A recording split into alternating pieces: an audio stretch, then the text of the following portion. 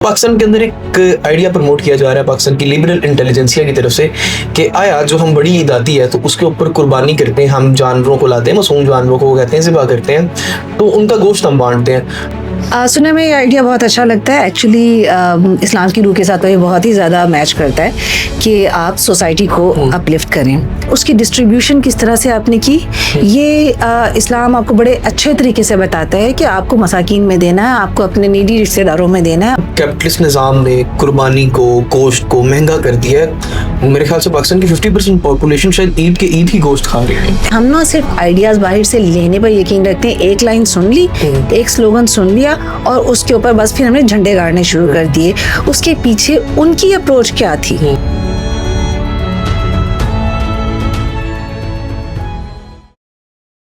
अस्सलाम वालेकुम viewers, welcome to एसन स्पॉटलाइट। आप मुझे यहाँ थोड़ा देख कर हैरान हो रहे होंगे बिकॉज हमारे जो प्रोडक्शन इंचार्ज उन्होंने मुझसे रिक्वेस्ट की कि जो आज का हमारा एक टॉपिक है काफ़ी ज़्यादा सीरियस नोयत का है, तो उन्होंने मुझसे रिक्वेस्ट की आप आएँ और मेरे साथ आज मैम हुमा भी मौजूद है यहाँ पर।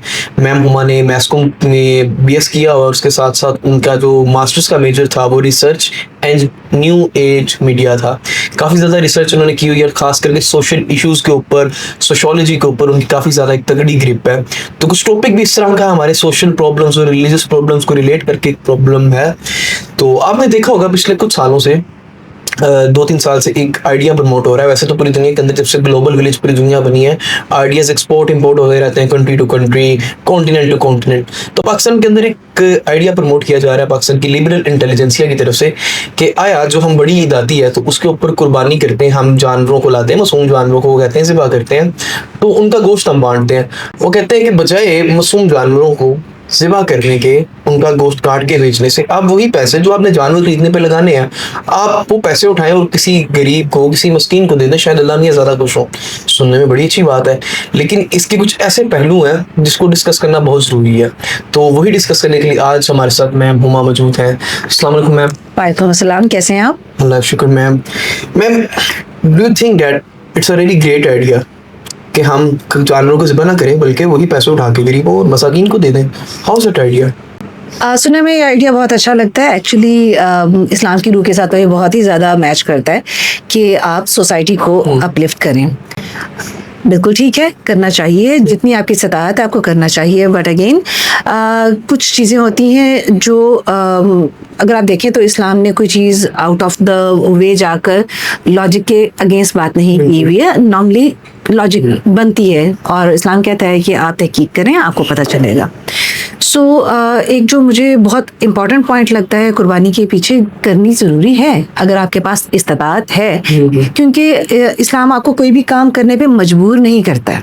वो कहता है हमेशा कि आपकी इस्ताअत है तो कीजिए, आप रोज़ा रखिए अगर सेहत इजाज़त देती है तो, आप हज कीजिए अगर इस्ताअत रखते हैं तो, कुर्बानी कीजिए अगर इस्ताअत रखते हैं तो।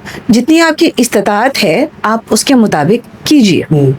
यहाँ पे एक और इशू ये आता है कि people and as we call them liberals talk about show off also, कि अक्सर कुर्बानी जो है वो इस्ताअत वाले लोगों के अंदर शो ऑफ ही बनकर रह गई है कि बड़ा जानवर 2 या 3 करने हैं, एग्जैक्टली बकरे करने हैं तो 8-10 करने हैं और एग्जैक्टली तो करना अच्छा है, आपने किया है, आपकी खुशी थी, वेल एंड गुड।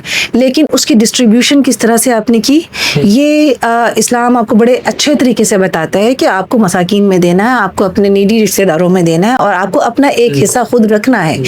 उस एक हिस्से के अंदर आप जो कुछ करते हैं वो आपका अपना लेना देना है, लेकिन जो बाकी है उसको डिस्ट्रीब्यूट करना एक सोशल और रिलीजियस तरीके से बहुत ज़रूरी है।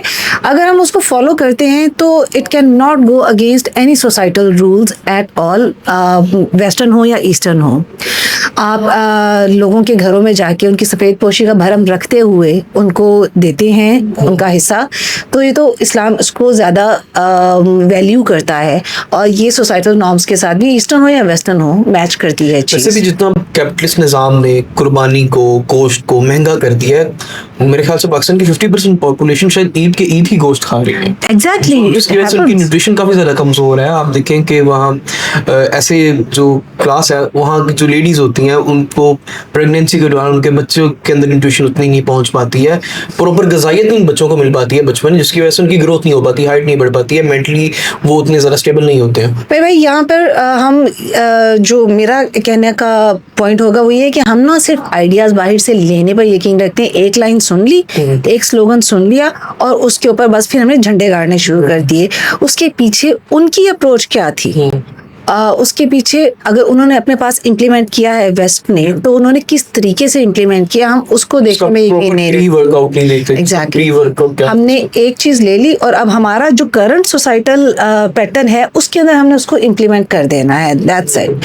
अब वो बैकफायर करेगा।